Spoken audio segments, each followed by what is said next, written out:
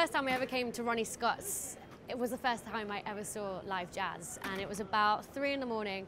I've been sat in this little corner by the stage for about 4 or 5 hours at this point watching the house band, and I was captivated. And yes, the music was great, but there was a particular reason why I was really hooked, and it was because this erratic, spontaneous, impulsive, fast-moving, unpredictable music in front of me was mirroring how my mind works. And for the first time ever, I understood the mechanisms of my mind all the better thanks to that music.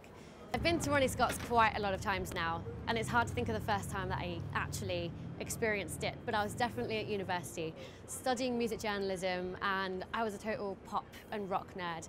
And then coming along to Ronnie Scott's with a friend's recommendation, it was completely new to what I'd heard before. I'd listened to Amy Winehouse, who I adored, you know, some other kind of like bits that just bubbled up, but it was at Ronnie Scott's that I had my first ever introduction to jazz, which is quite an old school way to sort of access it, actually. It's been around for 60 years, it celebrates its 60-year anniversary this year, but somehow it introduced me to music and what's happening now. That day at Ronnie's, it was just like any other day, but it ended in a sense of opening a completely new future up to me.